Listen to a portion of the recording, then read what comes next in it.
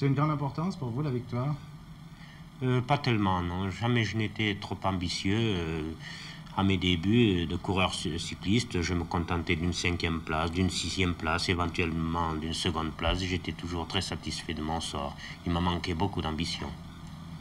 Vous le dites avec le sourire, mais vous le regrettez peut-être un peu? Non, je ne le regrette pas du tout. Au contraire, j'estime avoir fait une carrière assez remplie et surtout très longue. Je crois que dans ce métier, l'essentiel, c'est de durer plusieurs années. Ce n'est pas de rester 3-4 ans, de gagner beaucoup de courses et ensuite disparaître rapidement. Et là, on est vite oublié. Quand vous parlez de votre carrière, vous semblez parler au passé. C'est-à-dire que c'est bientôt la fin pour vous, ou bien vous entrevoyez l'avenir encore? On est quand même obligé de parler au passé. Alors, c'est ma 13e année de professionnalisme.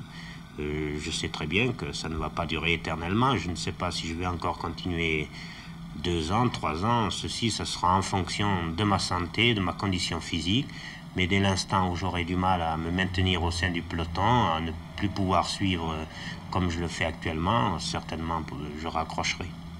Vous seriez prêt à courir à 40 ans? Vous auriez encore autant de plaisir si vous vous sentez en forme? Ah, le même plaisir, car j'aime beaucoup le vélo. Pour moi, c'est une chose qui me permet peut-être de rester jeune, car je tiens beaucoup à rester jeune. Certainement, si à 38, 39 ans ou 40 ans, je me retrouve dans l'état où je suis actuellement, il n'y a pas de raison que je ne continue pas à faire du vélo.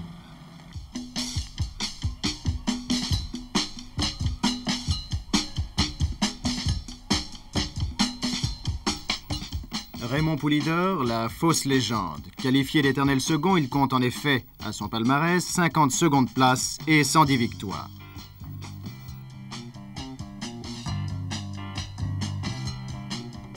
Début chez les professionnels 1960, premier grand succès, Milan-San Remo en mars 1961 devant Rick Van Looy.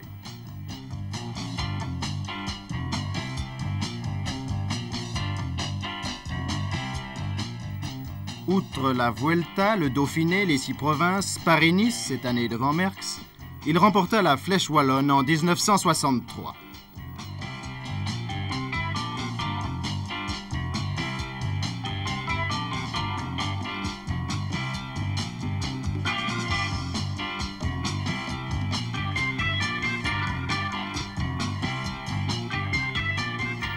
Sans oublier ses remarquables performances au Tour de France, mentionnons encore un Grand Prix des Nations.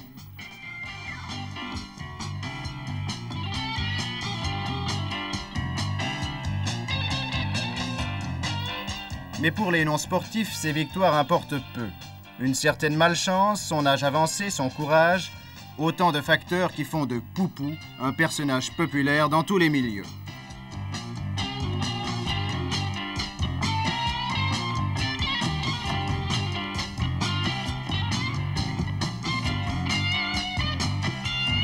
Bien, quoi. Ouais, mais il gagne pas tout le temps, pourtant. Bah ouais, mais enfin, il se défend pas mal. Il est vieux. Ouais, 36 ans. Là, pour moi, ça représente le sportif non chauvin et vraiment très droit. Un sportif très droit, mais qui ne gagne pas toujours. Ah, bah ça, il faut toujours... On peut pas tout le temps être premier, hein. Poulidor, bien sûr, qui n'a pas entendu parler de lui. Et pourquoi? Parce qu'il est très populaire, bien qu'il est toujours perdu. Ah oui, parce qu'il n'a pas eu le temps, il est tombé sur l'époque Antil premièrement, puis maintenant l'époque Merckx. C'est ça qui l'apparaît. Oh, il a quand même 36 ans, à son âge, c'est rare de faire ça. Mais il n'est pas un petit peu antipathique? Il est très sympathique. Il est comme moi. 2 ou 3? Oh, ou une. Une contre, comment ça s'appelle? Merckx. Merckx. Alors s'il a remporté qu'une victoire, c'est un mauvais sportif alors? Non, au contraire. Un jour, j'étais frappé parce qu'un garçon qui faisait du sport et qui s'intéressait au cyclisme me disait « Mais Anquetil, il joue au petit monsieur ». Tandis que vous comprenez, Poulidor, lui, il joue pas, c'est Poupou, tout le monde lui tape sur l'épaule et les gens se sentent de plein pied avec lui. Et c'est ce qui fait sa popularité. On ne lui demande pas de gagner. Chez nous, les vainqueurs, finalement, on les aime pas tellement. Killy, par exemple, qui a été tout de même, on pourrait dire, vous avez eu un champion extraordinaire. Killy n'a jamais été un champion populaire. Oui, madame, je sais bien, madame, je sais bien. La popularité de Poupou déborde les frontières françaises. En Belgique, par exemple, le Limousin se voit entouré d'une cohorte de supporters de tous les âges, que ce soit à Liège, Bastogne, Liège ou à la Flèche Wallonne. De casquette de Merckx, de Walter Godefroot, de Rosé de Vlaming, de Simoni, de Motta, de Gostino, de photos de Sottecolon, de Sikichon, et de belles photos de Polydor et de Merckx. Belle photo de Poupou. Polydor, coureur à Liège. Merci, merci. Merci. Alors, je me suis fait un devoir de te la porter. Il va faire froid, tu sais. Oui. Là. Ah oui. Ce matin, j'ai pris la radio, il était tombé un peu de neige et un peu de grisé à Bastogne. C'est quand même l'Ardenne. Hein. S'il ne pleut pas, ça va aller. Puis c'est le vent du Nord, c'est quand même le vent froid, quoi. Mais enfin, s'il fait sec, c'est... Oui, ça va déjà. Ça va déjà.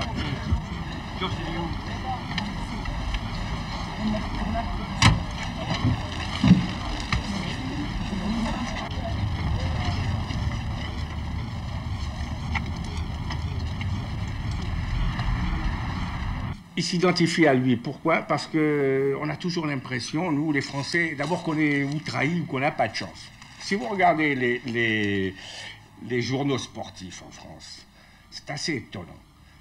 Au football, on ne perd pas parce que notre équipe n'est pas la meilleure, on perd parce qu'on n'a pas de chance.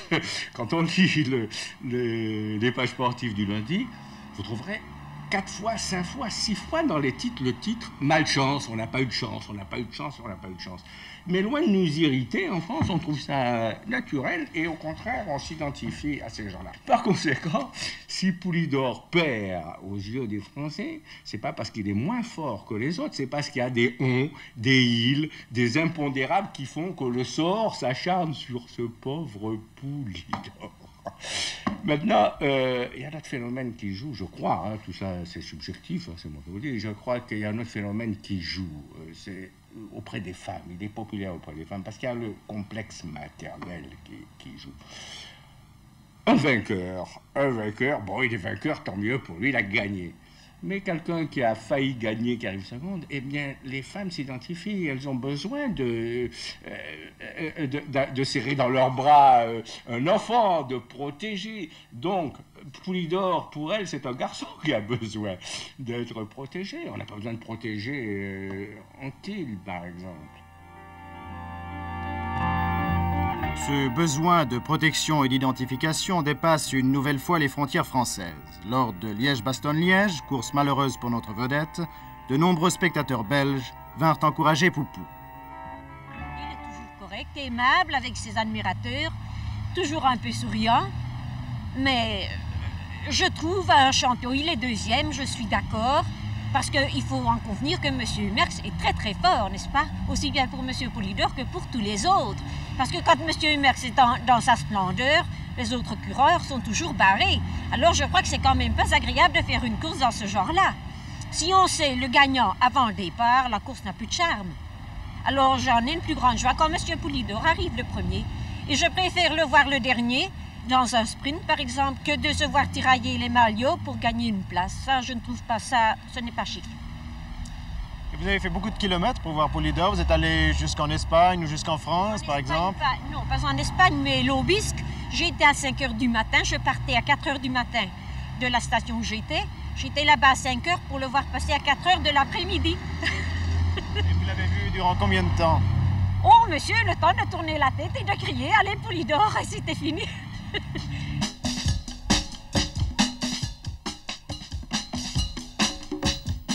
Dimanche dernier à la Flèche Wallonne, nouvelle preuve de courage et de classe de la part de Poupou.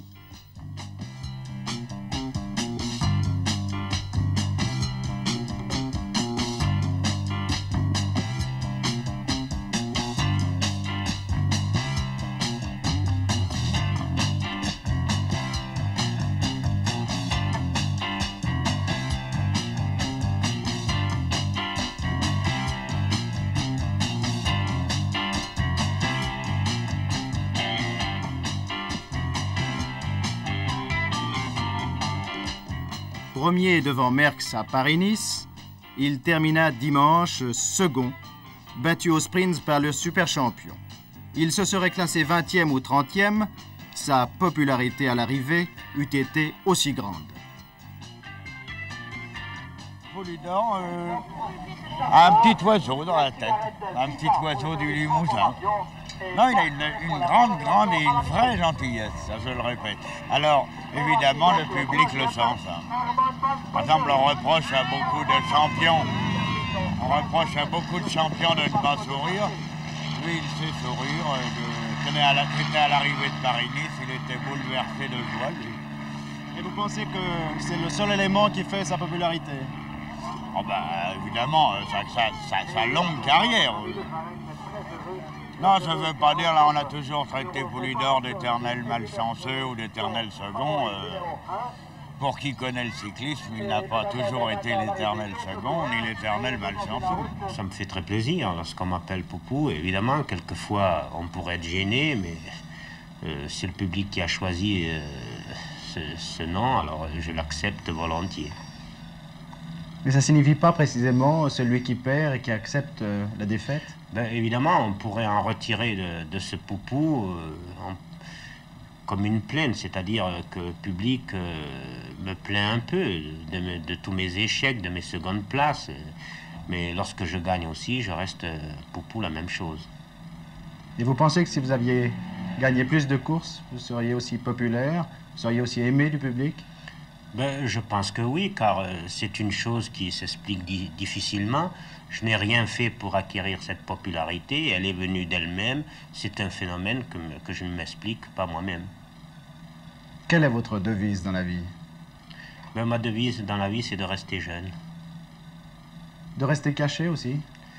Rester caché, non quand même, mais j'aime bien quand même me retrouver chez moi avec ma femme, mes 2 filles, à l'écart de tout le monde, oui. Vous avez l'impression d'être heureux? Oui, je crois être très heureux, oui. Grâce au cyclisme? Ben, je ne pourrais pas dire grâce au cyclisme. Le cyclisme, évidemment, m'a apporté tout le bien matériel que je ne connaissais pas auparavant. Mais lorsque je travaillais à la ferme avec mes parents, je n'avais pas un sou en poche le dimanche pour sortir, mais je ne connaissais pas d'autre vie et j'étais très heureux, pas de la même façon, mais j'étais très heureux comme ça, pour la bonne raison que je ne connaissais pas tous les bienfaits que la vie pouvait apporter à un individu.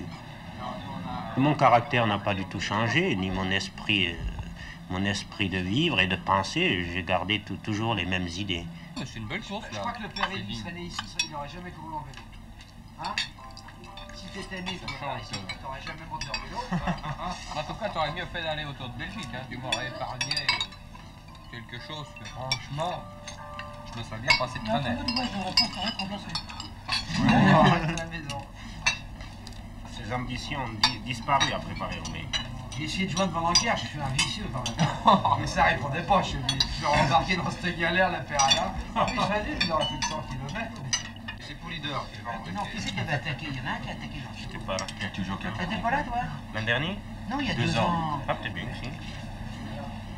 Je suis pas venu l'an dernier. Ouais, c'est la première fois que je fais Liège-Bastogne. Moi aussi.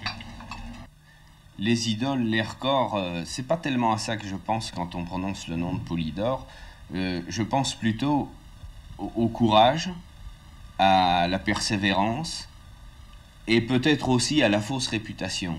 Parce qu'en fin de compte, on peut dire que la réputation de Poulidor est basée sur ses places d'éternel second, et on sait très bien que c'est pas vrai. Poulidor a un très beau palmarès, mais il est certain que c'est un coureur qui a certainement eu beaucoup de malchance. Et je crois que ce qu'on peut tirer de son expérience, c'est qu'un type qui veut se bagarrer, qui veut essayer de se réaliser vraiment dans le sport, malgré la malchance, peut toujours arriver à quelque chose. Il est en train de nous donner maintenant une preuve éclatante qu'il est un athlète complet, qu'il est un athlète solide, et je crois que c'est peut-être ce qui manque au sport à l'heure actuelle, c'est qu'on voit beaucoup de gens qui sont montés en épingle, dont on parle, dont toute la presse parle en première page avec des photos énormes pendant 1 an, 2 ans, 3 ans, et puis après, d'un seul coup, pof, ces types se sont vidés. Je crois que c'est tout simplement parce que ce sont des gens qui ont sacrifié beaucoup plus au vedettariat qu'au fond du sport. Et peut-être le grand mérite de Poulidor, c'est justement d'avoir su se ménager et d'avoir su entretenir en lui quelque chose qui lui permet de persévérer alors que d'autres claquent. Et humainement, qu'est-ce qui vous attire chez Poulidor? Il y a une grande sympathie chez cet individu. Je crois que c'est un type qui... Certains disent que Poulidor a quelquefois manqué d'intelligence dans ses courses. Je crois que ça n'est pas vrai. Je ne le connais pas personnellement, mais on sent en lui cette espèce de bon sens qui fait penser un petit peu à ce bon sens des paysans qu'on a un petit peu quelquefois considéré comme quelque chose qui est plus proche de l'instinct que de l'intelligence, j'en sais rien. Je ne le connais pas assez pour pouvoir le dire. C'est peut-être vrai, mais en tout cas, ça serait la preuve que dans ce bon sens, il y a quelque chose qui peut permettre d'aller très loin.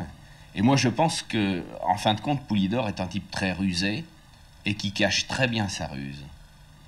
Est-ce qu'on trouve des Poulidor dans d'autres domaines, en littérature, en peinture? On en trouve partout et c'est ce qui m'intéresse justement. C'est qu'il y a des gens qui continuent toujours de se battre quoi qu'il leur arrive. Et voyez, vous parlez de la littérature, c'est évidemment le domaine que je commence à connaître le mieux. Et je m'aperçois que beaucoup de gens peuvent écrire 1 livre, 2 livres, qui soient bons et qui n'aient pas de succès. Et ces gens-là abandonnent.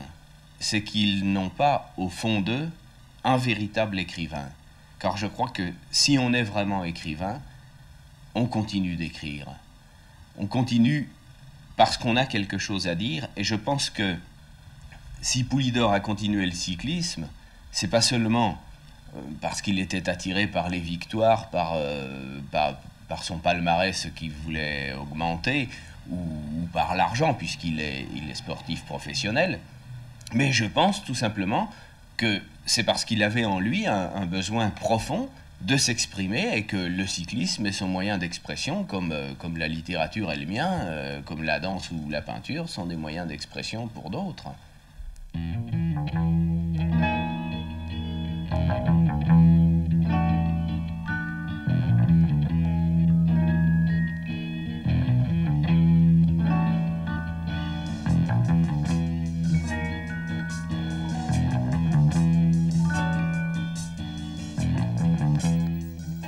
Phénomène à part, il écrase malgré sa modestie, inconsciemment donc, ses coéquipiers.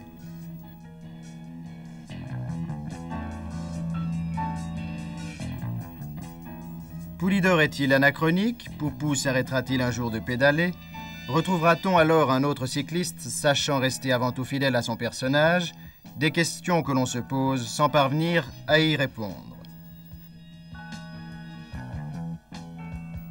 Ont collaboré à cette émission Henri Lacombe, caméraman, Jean-François Perrier, preneur son, Jean Sass, montage, Pierre Lemrich, illustration musicale, René Suterlin, mixage, Claude Chauly, journaliste.